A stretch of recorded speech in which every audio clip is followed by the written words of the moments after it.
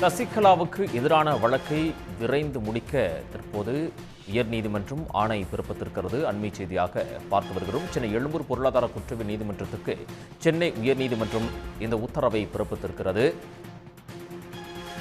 கூடுதல் விவரங்களை வழங்குவதற்காக செய்தியாளர் ரமேஷ் இணைகிறார். ரமேஷ், இந்த வழக்கின் விவரங்கள்.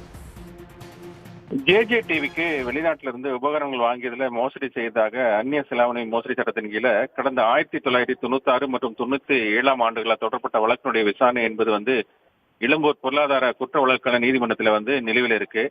இந்த வழக்குல குற்றம் சாட்டப்பட்டவர்கள் பட்டியல முதல் எதிரியாக ஜேஜே தொலைக்காட்சி, அப்போது இருந்த இரண்டாவது எதிரியாக இந்த தொலைக்காட்சி நிர்வாக இயக்குனர் பாஸ்கரன், மூன்றாவது எதிரியாக தொலைக்காட்சி தலைவர் மற்றும் இயக்குநராக இருந்த சசிகலா என கூறப்பட்டிருந்தது.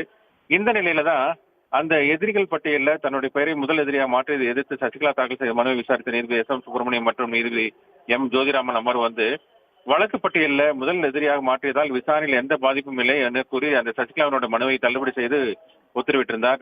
மேலும் இளம்பூர் பொருளாதார குற்ற வழக்கான நீதிமன்றத்தில் நிலுவையில் உள்ள இந்த வழக்கை விரைந்து விசாரிக்க உத்தரவிட்ட நீதிபதிகள் வழக்கு விசாரணைக்கு முழு ஒத்துழைப்பை வழங்க வேண்டும் என சசிகலா உள்ளிட்டோருக்கு உத்தரவிட்டிருக்கிறார்கள். ரமேஷ்குமார், தகவல்களுக்கு நன்றி.